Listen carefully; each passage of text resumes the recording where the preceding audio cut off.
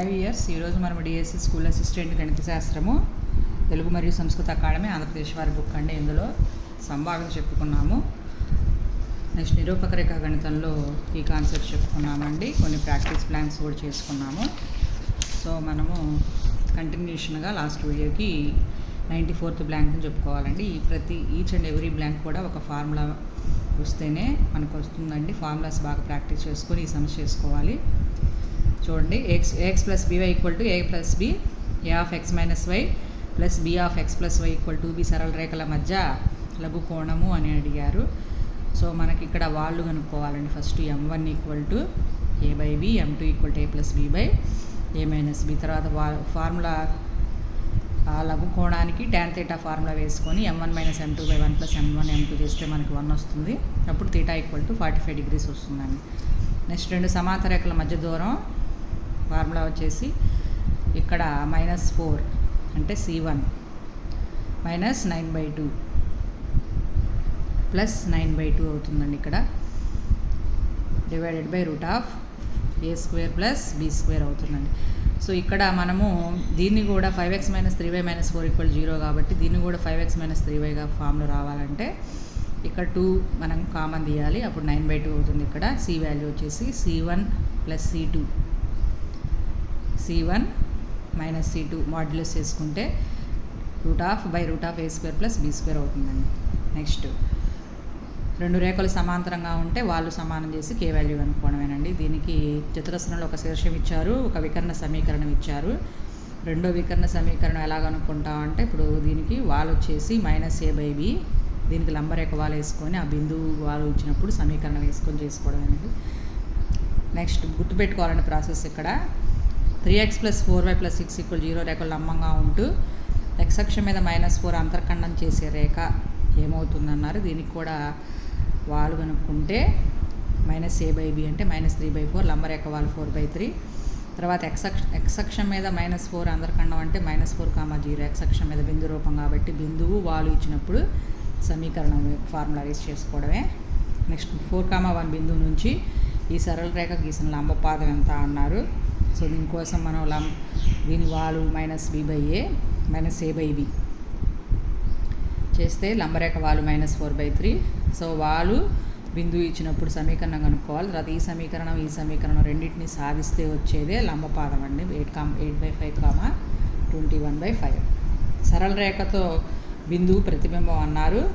So -7/5, -6/5 ఎలా వస్తుందంటే దీన్ని a, b అనుకుంటాము. 3 plus 1/2 plus 4 plus 2/2 -1 equal to 0. ఎందుకంటే దీని మధ్య బిందువు కనుక్కోవాలండి. ఈ మధ్య బిందువుని ఎక్స్ నిరూపకం వచ్చి ఎక్స్లో, వై నిరూపకం వచ్చి వైలో ప్రతి సబ్స్టిట్యూషన్ చేస్తే ఒక ఈక్వేషన్ వస్తుంది. తర్వాత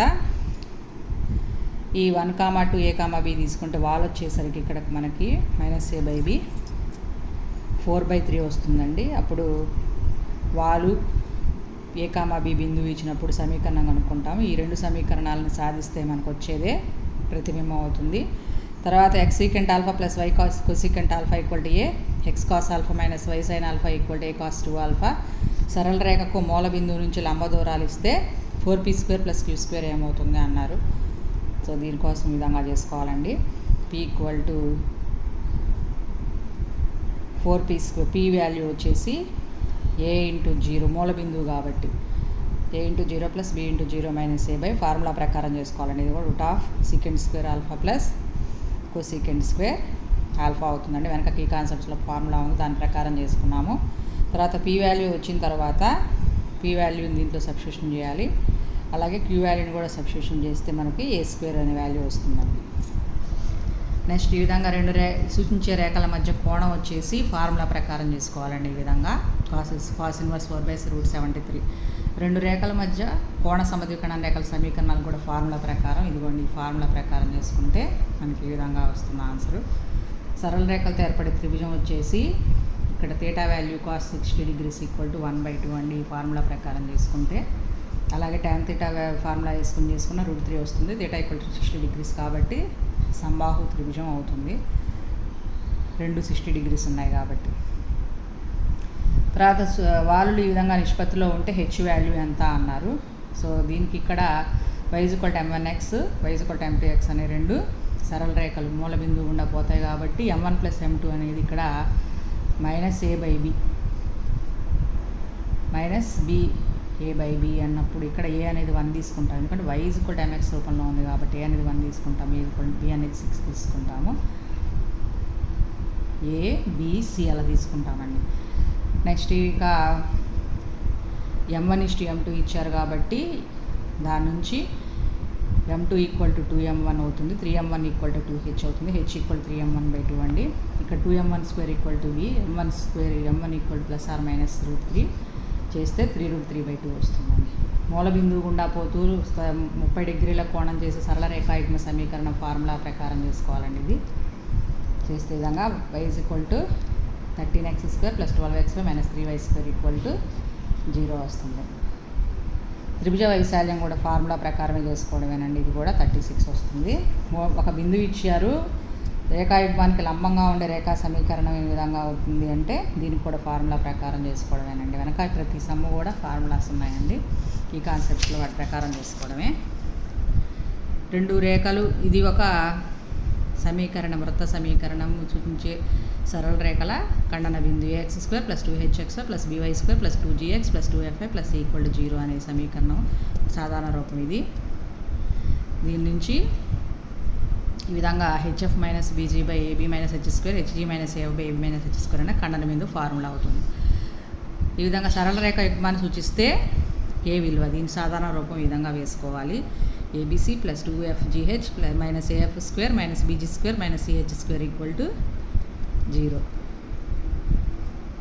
సో k విలువ వచ్చేసి మనకి 4 వస్తుందండి. k² minus 3k minus 4 equal to 0 అనే ఈక్వేషన్ ప్రకారం k విలువ 4r మైనస్ 1 లేదు కాబట్టి 4 వస్తుంది.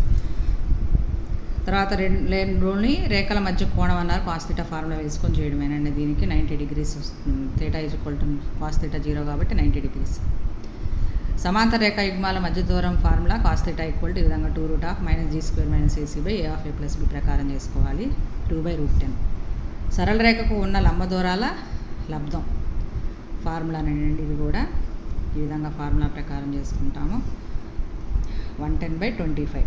వృత్తాన్ని సూచిస్తే ఏ విలువ వ్యాసార్థం అండి, ax² plus ay² plus 2gx plus 2fy plus equal to 0 -g/a minus f/a. కేంద్రం వ్యాసార్థం వచ్చేసి √3/4² ప్లస్ 1/2² ప్లస్ 1/2 అండి, అప్పుడు 21/4 వస్తుంది. దీనికి 2, 3 కేంద్రము సమీకరణం ఉండే వృత్తాన్ని సూచిస్తే ఇక్కడ x-2² plus y-3² equal to 0 వేసేస్తే మనకు ఆన్సర్ వచ్చేస్తుంది. -2, -3 ఎందుకంటే ఇక్కడ కేంద్రము -g, ఓన్లీ g, fలే అని అడిగారు కాబట్టి -2, -3. వృత్త వ్యాసార్థం ఇచ్చారు, సి విలువ కనుక్కోవాలి, ఫార్ములా వేసేసుకొని చేసుకోవడమే. కేంద్రము వృత్త వ్యాసార్థము ఇచ్చారు, అప్పుడు మనం ఈ విధంగా వేసుకుంటాం, x plus a² plus y plus b² equal to a² minus b². Root cancel అయిపోతుంది కాబట్టి a² మైనస్ b² కాబట్టి ఈ విధంగా చేసుకుంటే ఆన్సర్ సెకండ్ ఆప్షన్ అవుతుందండి. నెక్స్ట్ వీడియోలో రిమైనింగ్ బ్లాంక్స్ కంటిన్యూ చేస్తానండి. Thank you.